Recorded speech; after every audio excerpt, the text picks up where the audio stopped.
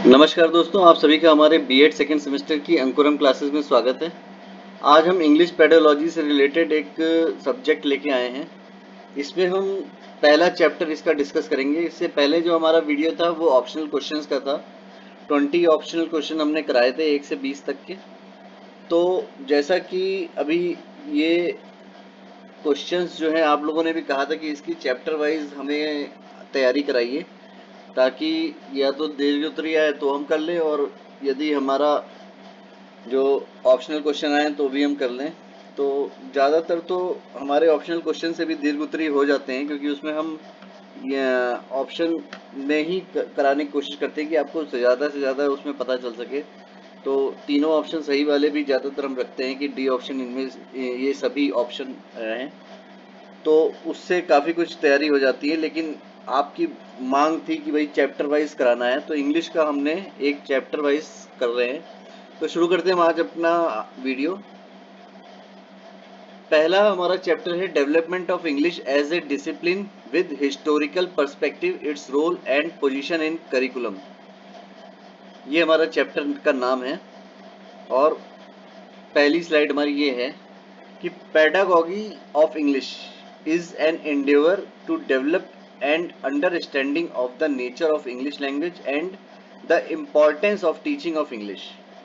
मतलब कि हमारी जो इंग्लिश की पेडागॉजी है, परिप्रेक्ष्य जो है शिक्षण शास्त्र, वो एक अंडरस्टैंडिंग डेवलप करना कि इंग्लिश लैंग्वेज का नेचर क्या है और उसकी टीचिंग के इम्पोर्टेंस क्या है, कि हमें क्यों सिखाया जा रहा है। तो इसके लिए हमारा एक बेस तैयार करना, तो ये है एक्चुअल में इंग्लिश पेडोलॉजी, या कह सकते हैं कि अंग्रेजी शिक्षण शास्त्र का मतलब। नेक्स्ट स्लाइड हमारी है कि मीनिंग ऑफ लैंग्वेज। हमने इसमें मीनिंग ऑफ लैंग्वेज मतलब कोई भी लैंग्वेज, इंग्लिश लैंग्वेज ही नहीं, कोई भी लैंग्वेज की मीनिंग क्या होती है।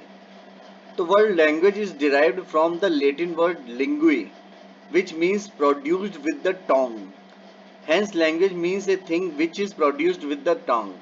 मतलब हमारी जो लैंग्वेज है वो एक ऑप्शनल क्वेश्चन बन सकता है, तो आप सभी इसमें ध्यान देके पढ़ते रहिए। अब मैं ये नहीं कहूँगा कि ऑप्शनल क्वेश्चन बन सकता है, आप सभी को ध्यान दे के पढ़ना है।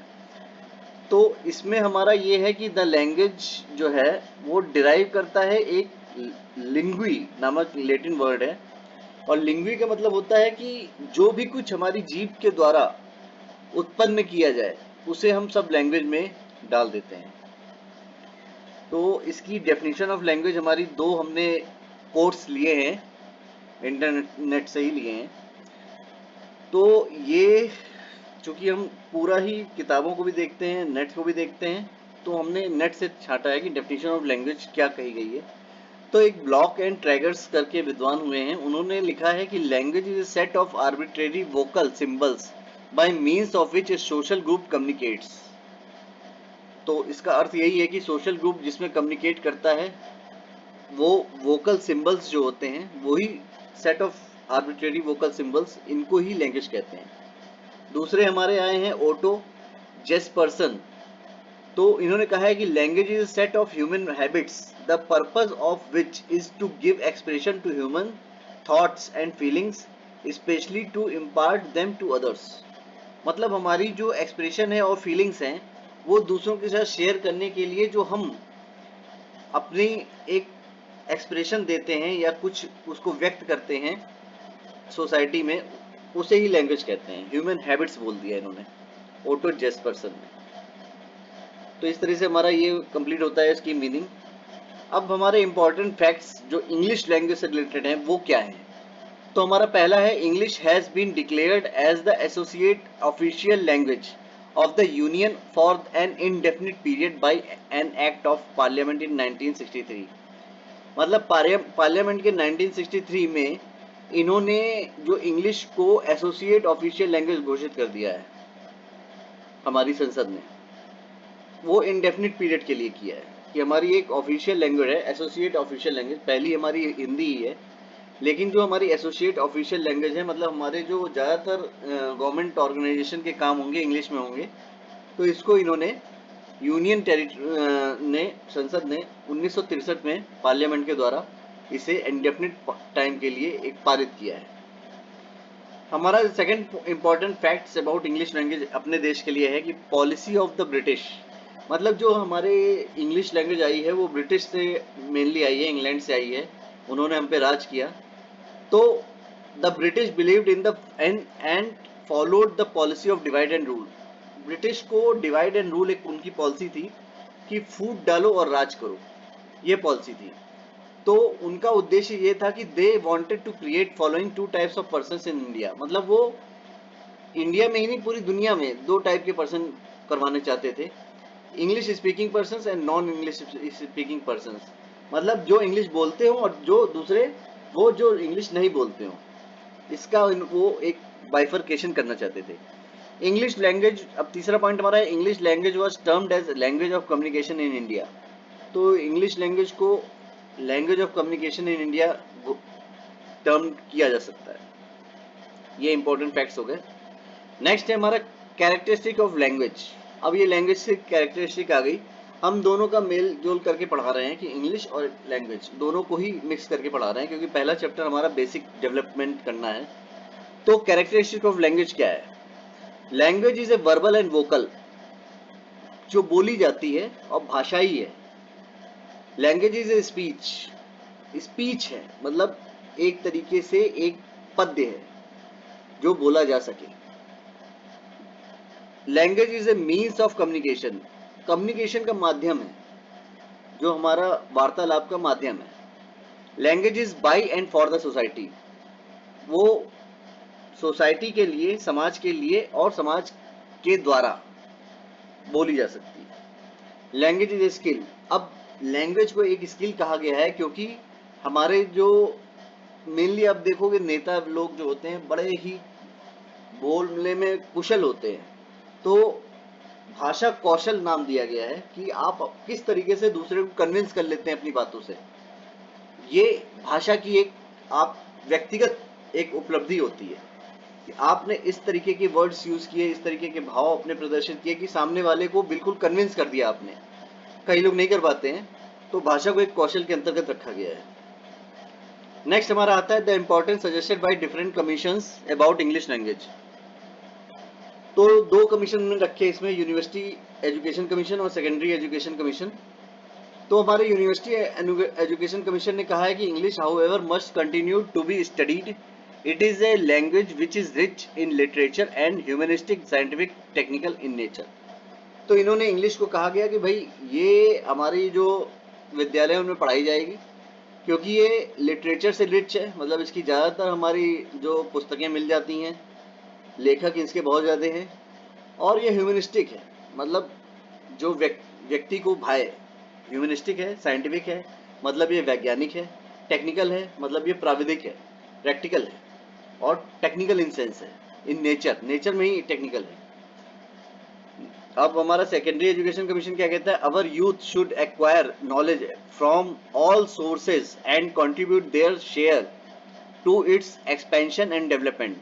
In the attainment of this objective, study of English is bound to play an important part। उन्होंने कहा हमारे जो युवा है उनको इसके एक्सपेंशन और डेवलपमेंट में अपना कुछ पार्ट कंट्रीब्यूट करना चाहिए, अपना भी योगदान करना चाहिए, और इसके तहत इसका ऑब्जेक्टिव ये होगा कि हमें इंग्लिश पढ़ाना ही पढ़ाना पड़ेगा, तो अनिवार्य कर दी गई। अब हम दूसरे उसमें देखते हैं। नेक्स्ट हमारा है status of English language in India. हमारे इंडिया के परिप्रेक्ष्य में देखा जाए तो इसका क्या स्टेटस है?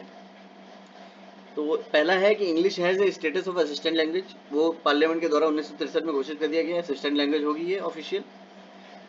सेकंड है it is the most commonly spoken language after Hindi, मतलब हिंदी के बाद ये सबसे ज्यादा बोली जाने सकने वाली लैंग्वेज होगी इंडिया में। It simplifies better education, culture and higher intellect, ये एक तरीके से एजुकेटेड लोगों को और कल्चर और हायर इंटेलेक्ट, मतलब जिनके पास ज़्यादा बुद्धि है, जो ज़्यादा पढ़े लिखे हैं और कल्चराइज्ड है, सिविलाइज्ड सोसाइटी है, उसको प्रदर्शित करेगी। It also serves as the communicator, ये एक कम्युनिकेटर का माध्यम बनेगी। It is significant in legal, financial, medical, engineering and other professional and business area. तो जैसा आप सभी देखते हैं कि हमारे जो सारे जो कानूनन और जो हमारे फाइनेंशियल जो भी होते हैं, मेडिकल के क्षेत्र में, इंजीनियरिंग के क्षेत्र में, और कई सारे बिजनेस एरिया में भी इसी को यूज़ किया जाता है, क्योंकि ज़्यादातर हमारे जो इंटरनेट है वो भी इंग्लिश से भरा पड़ा है। अब हम कोई भी यदि कम्युनिकेशन मीडियम यूज़ करते हैं, जूम मीटिंग करते हैं, या फिर इस तरीके से गूगल टॉक करते हैं, या फिर स्नैपचैट करते हैं, व्हाट्सएप करते हैं, फेसबुक करते हैं, अब हिंदी ऑप्शन में आ रहा है, लेकिन हर एक जगह पे हम इंग्लिश का ही यूज़ करते हैं ज़्यादातर, उसमें लिखा रहता है। तो ये बिजनेस का भी साधन माध्यम बन चुकी है। नेक्स्ट हमारा है नेचर ऑफ इंग्लिश लैंग्वेज, उसका नेचर क्या है। तो अब हमारा आ गया इंग्लिश ग्रामर से रिलेटेड, मतलब इसमें 26 लेटर हैं और 44 साउंड्स के साथ में इंग्लिश है। इसकी अपनी फोनोलॉजी है, मतलब जो उसका व्याकरण मतलब उच्चारण, ये शब्द है इसकी अपनी है। These phonemes are divided into two kinds, दो पार्ट में है, वॉवेल और कॉन्सोनेंट, ये सभी जानते हैं, ए आई ओ यू, और बाकी जितने हैं वो consonant. Language limited to human beings, मतलब ये ह्यूमन बींग्स ही इंग्लिश लैंग्वेज बोल सकते हैं, बाकी और जानवर क्या बोलते हैं ये समझ नहीं आता, लेकिन ज़्यादातर कहा गया कि ह्यूमन बींग्स के लिए है। देयर आर 4 स्किल्स, ये 4 स्किल देती है हमें, reading, writing, speaking and listening, मतलब पढ़ना, लिखना, बोलना और सुनना, इसके 4 मेन स्किल है इंग्लिश लैंग्वेज के। नेक्स्ट हमारा है सिस्टम ऑफ लैंग्वेज। तो a language is a system, the system of language function through sounds, words and structure, मतलब ये आवाज, शब्द और एक तरीके के स्ट्रक्चर के माध्यम से इसका अपना एक फंक्शन है। नेक्स्ट है हमारा a language is a system of phonetics, grammar and vocabulary, इसमें उच्चारण के लिए फोनेटिक्स है, ग्रामर है इसकी मतलब एक तरीके से लिखी जाती है, और वोकेबुलरी है मतलब हर शब्द जो है एक अलग से वोकेब बना दी गई है कि ये शब्द हमारा है इस पर्पस के लिए, जैसे हम बोलने के लिए स्पीक करते हैं, लिखने के लिए राइट करते हैं, तो ये सब वोकेबुलरी है, ये भी स्ट्रांग होनी चाहिए इस लैंग्वेज को सीखने के लिए। 3 बेसिस ऑफ इंग्लिश लैंग्वेज, उसका बेस क्या है, फोनोलॉजी। फोनोलॉजी कहता है कि the system of contrastive relationships among the speech sounds that constitute the fundamental components of a language। इसको आप इस तरह से समझते हैं कि ये स्पीच का साउंड होता है, फोनोलॉजी उसको बोलते हैं। सेकंड हमारा morphology, the module of the grammar that contains information regarding words, there structure and meaning. जैसे अगर हम बोले वाद विवाद, तो वाद भी आ गया, विवाद भी आ गया, तो स्ट्रक्चर एक तरीके से हो गया, उसका मीनिंग भी इससे निकलता जा रहा है। वाद विवाद कर रहे हो यार, तो उसका मतलब झगड़ा कर रहे हो क्या, इस तरीके की चीजें जो है मॉर्फोलॉजी कहलाती है। अब सिंटैक्स क्या है, the system of rules for the structure of a sentence in a language, एक तरीके का ग्रामेटिकल, मतलब उसका सिंटैक्स क्या होना चाहिए, पहले वर्ब आना चाहिए, नाउन आना चाहिए, फिर उसके बाद प्रोनाउन आना चाहिए, ये आना चाहिए, वो आना चाहिए, ये सब सिंटैक्स में आता है। तो ये इसके जो हमारे 3 जो हैं बेसिस हैं। नेक्स्ट देखते हैं कि some reason for learning English, मतलब इसका रीजन क्या है कि आप इंग्लिश को लर्न करेंगे। तो सभी को पता है English offers the freedom of to explore, एक फ्रीडम देती है एक्सप्लोर करने के लिए अपने आप को। इंग्लिश फोस्टर्स क्रिएटिविटी, क्रिएटिविटी को बढ़ावा देती है। इंग्लिश इनेबल्स लर्निंग, लर्निंग को बढ़ावा देती है।